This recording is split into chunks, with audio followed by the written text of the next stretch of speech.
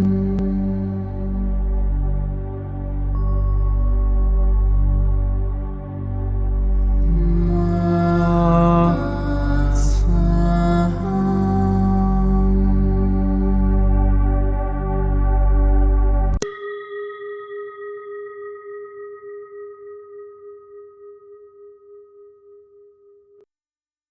qui suit est la transcription d'un échange entre Mathias de Stefano, désigné ici comme moi, et son soi supérieur désigné comme je suis. Dans cette capsule, la voix masculine incarnera le moi, tandis que la voix féminine représentera le je suis. Cette conversation intitulée La vérité a été réalisée le 5 septembre 2020. Lorsque nous avons parlé des croyances, nous avons dit qu'elles sont le filtre par lequel l'essence du je suis, de la vérité universelle, pénètre notre corps physique et que tout ce que nous comprenons du monde spirituel et du monde qui nous entoure se traduit par des croyances afin que nous puissions mieux le comprendre et l'assimiler. En même temps, nous avons dit que si les croyances nous propulsent ou nous freinent sur notre chemin, les qualités sont les outils qui nous permettent d'agir sur ce chemin. Elles peuvent être éveillées en nous ou latentes, comme la glande pinéale, dans notre troisième œil. Mais l'une des choses les plus difficiles à identifier pour identifier ces croyances et ces qualités est probablement de parvenir à la sincérité envers nous-mêmes, car nous avons toujours tendance à projeter sur les autres ce que nous voyons, ressentons, notre culpabilité, nos croyances et nos qualités. Il est facile d'attribuer une croyance aux autres générations ou à la pression culturelle. Il est facile de dire que je ne peux pas éveiller le potentiel d'autrui en moi. Cela enlève un poids et une responsabilité.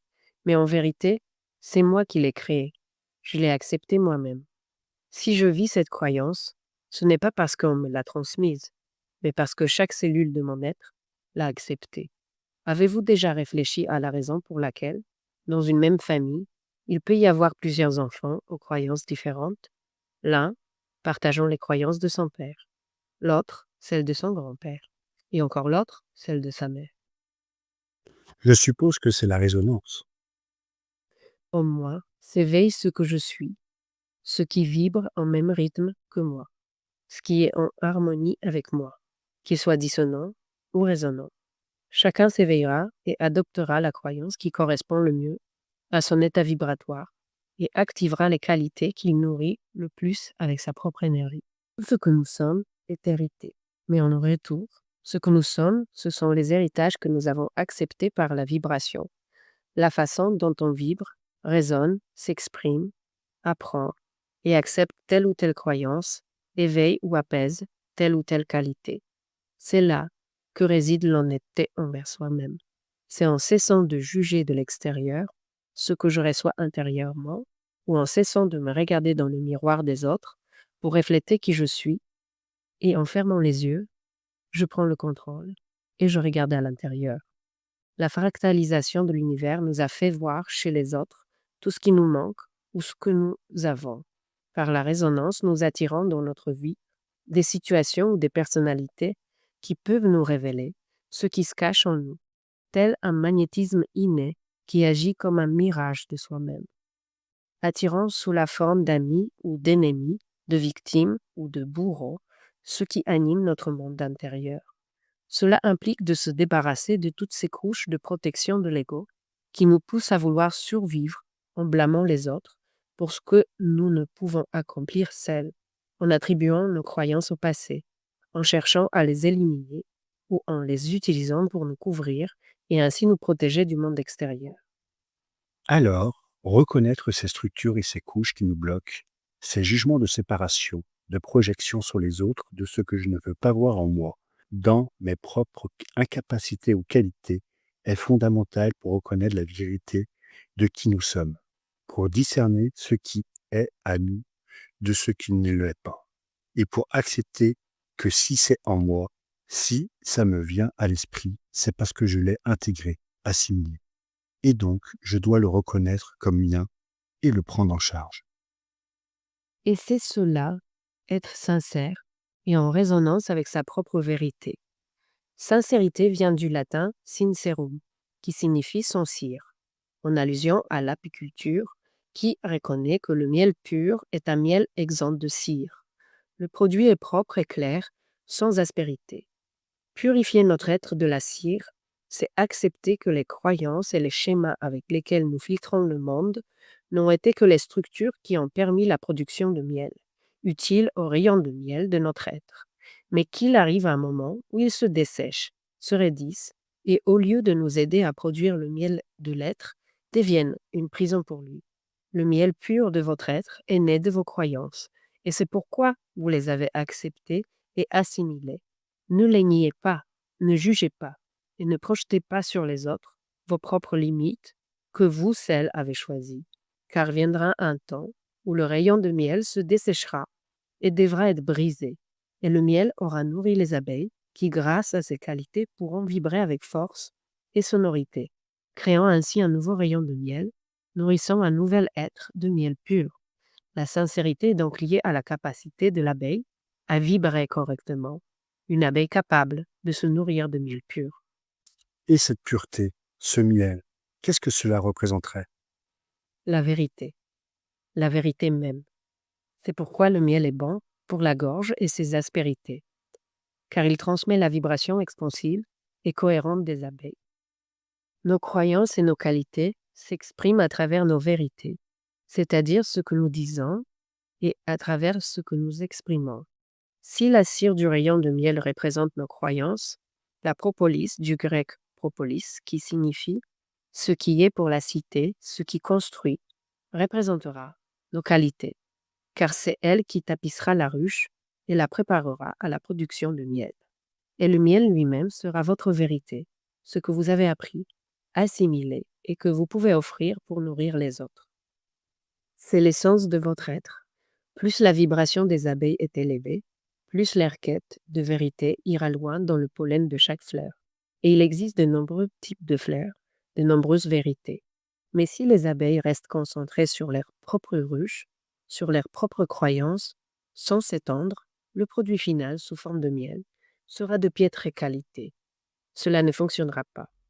Et comment cela est-il compris par nous, les humains? Eh bien, plus mon expansion est grande, plus j'absorbe les perspectives du monde.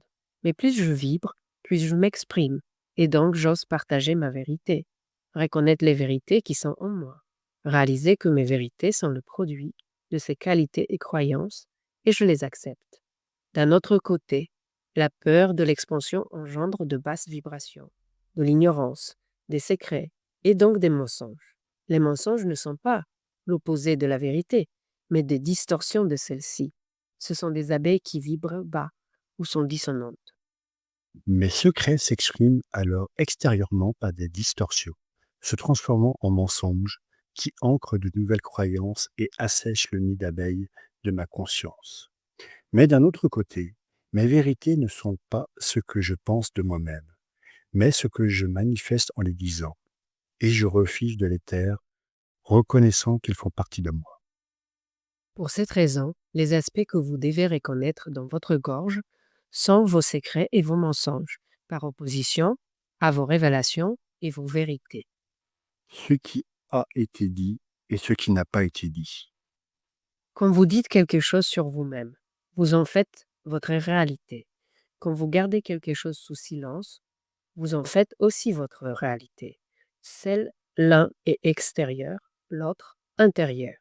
Et tous deux construisent ce que vous êtes, ce que vous vibrez. C'est pourquoi c'est à ce niveau que les personnes âgées échouent sur le chemin de la cohérence, à cause de ce qu'elles disent. Le poisson meurt par la bouche, dit un dicton qui résume assez bien l'incohérence de nombreux humains, qui disent une chose, puis le contraire, ou le prouvent par leur acte. On le voit généralement très clairement chez les politiciens. Les politiciens ne sont pas une espèce à part, ce sont des êtres humains. Tous les humains le font. Ils mentent tous. Vous en avez parlé hier dans une interview, affirmant que l'éveil spirituel est comparable au moment où l'on réalise que le Père Noël n'existe pas. Pourquoi les chercheurs de vérité cohérente osent-ils mentir à leurs enfants pendant leurs 10 premières années? Eh bien, c'est considéré comme bien que la magie existe. La magie existe. Il existe de nombreuses façons de la manifester dans la vie. sans avoir à mentir.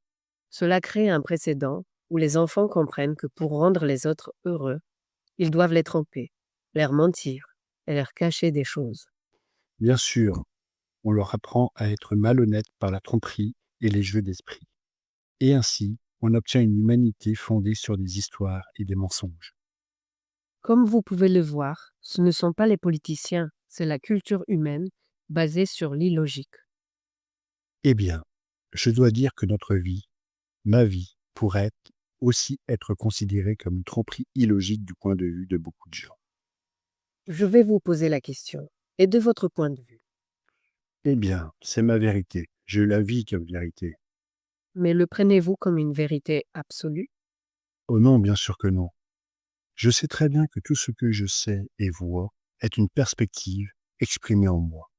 Mais ce n'est pas la vérité absolue. En fait, je l'explique ainsi. Donc, vous cachez la possibilité que ce que vous dites ne soit pas vrai. Non, je ne le cache pas. Comme je le dis toujours, c'est ce dont je me souviens. Et je le partage parce que c'est ma vérité. Et c'est utile aux autres. Car ici, on peut entrer dans un dilemme philosophique et se demander, qu'est-ce que la vérité? La vérité est un ensemble de préjugés. Rien n'est vraiment vrai, seulement notre vision des choses. C'est différent quand on cache sa vision des choses en trompant les autres. Par exemple, un père dirait la vérité s'il croyait lui-même au Père Noël. Même si nous savons tous que cela n'existe pas. C'est la même chose quand les parents enseignent la foi religieuse. La croyance en Dieu. Ils croient en Dieu. Donc c'est leur vérité, même si nous savons que Dieu n'existe pas comme ils le croient. Donc, je ne comprends pas. Quelle est la véritable recherche de la vérité? Trouver un moyen de calibrer le mensonge. Un mensonge est une déformation de la vérité. Autrement dit, quelqu'un qui reconnaît la vérité la déforme de sorte qu'une autre personne croit quelque chose qui n'est pas vrai. C'est différent quand une personne ignore la vérité et transforme son propre mensonge en vérité absolue. Dans ce cas, lorsqu'elle partage sa vérité, elle est sincère, même si ce qu'elle dit est faux. Cela semble complexe à comprendre, car nous avons grandi avec la dichotomie de la vérité ou du mensonge, comme chose opposée et absolue. Eh bien, ils ne le sont pas. Quelle est la vraie couleur? Rouge, violet, bleu? Hmm, toutes? Ça dépend. Et si vous êtes daltonien, la seule vérité, c'est que les couleurs ne sont que des projections électromagnétiques sur une longueur d'onde. Les couleurs n'existent pas. Seule existe la fréquence à laquelle les photons vibrent dans l'onde. Mais combien de personnes dans le monde peuvent voir l'onde? Je ne sais pas. Aucune. Tout le monde verra des couleurs. Les couleurs sont-elles réelles? Eh bien, la réponse est non. Et oui. Pensez-vous mentir à un enfant en lui disant que le crayon est rouge? Non, mais lui dire que ce n'est pas rouge, mais que ce que ses yeux voient est la longueur d'onde à 680 nanomètres, ce serait difficile à comprendre pour un enfant. C'est pourquoi vous dites rouge et c'est tout.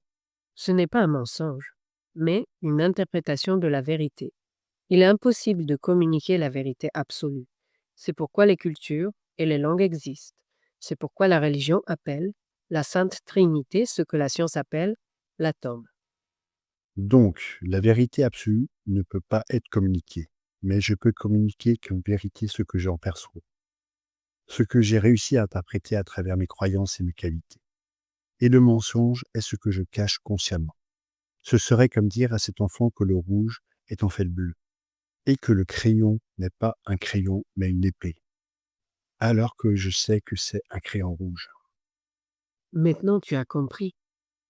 Donc, ce que je dois identifier dans ma vie maintenant, c'est quelles sont mes vérités et quels sont mes mensonges, n'est-ce pas? Voilà l'analyse du jour. Écrivez-la. Quels sont vos plus grands mensonges? Ce que vous connaissez, même si la vérité est différente. Vous avez choisi de les cacher et vous avez trompé les autres en vous protégeant. Il y a des mensonges qui ne durent pas longtemps et d'autres qui construisent toute une vie. Pensez à ceux qui vous traversent constamment la conscience. Nous avons tous des mensonges, des secrets à cacher. Certains peuvent paraître idiots, d'autres peuvent être très graves. Et je ne parle pas ici de secrets traumatisants, de choses douloureuses qui nous sont arrivées et que nous avons cachées, mais plutôt de nos propres mensonges, de tromper les autres ou nous-mêmes. Et dans l'autre colonne, j'écris la vérité. Comment les identifier? Mes vérités sont celles que, malgré mes croyances, j'ai reconnues comme des vérités en moi, que j'ai décidé d'exprimer, de dire, de communiquer. Comme par exemple dans mon cas, avoir dit ma vérité au monde sur ce dont je me souviens de l'univers et de ma vie passée. Ou encore avoir parlé de mon homosexualité. Exactement. Et réfléchis à ce que tu n'as pas dit ou à ce sur quoi tu as menti. Eh bien aujourd'hui, je peux admettre qu'il m'est arrivé d'alimenter les histoires des gens en disant ce qu'ils voulaient entendre, simplement pour ne pas gâcher leurs rêves. Ça m'est arrivé de voir des gens me poser des questions enthousiastes sur des choses qu'ils ressentent ou dont ils se souviennent. Et même si je savais que ce n'était pas vrai, j'ai dit oui, car je pensais que cela gâcherait leur enthousiasme. Parfois, je regrette ces moments, parce que j'ai beau essayer d'être empathique, je n'y parviens pas. Reconnaître ses mensonges et ses vérités est essentiel pour comprendre son état vibratoire. N'essayez pas de le changer maintenant. Contentez-vous de reconnaître, de noter et d'observer son jugement. L'univers ne juge pas, il recherche seulement l'harmonie. Par conséquent, trouver les points où il n'y a pas d'harmonie est la première étape de sa recherche. Et la deuxième étape? Reconnaître que vous les créez avec votre propre vibration. Vous êtes ce que vous vibrez, ce que vous dites, ce que vous exprimez. Je vais alors chercher toutes mes dissonances pour pouvoir dire ma vérité. Et je suis le chemin vers la vérité.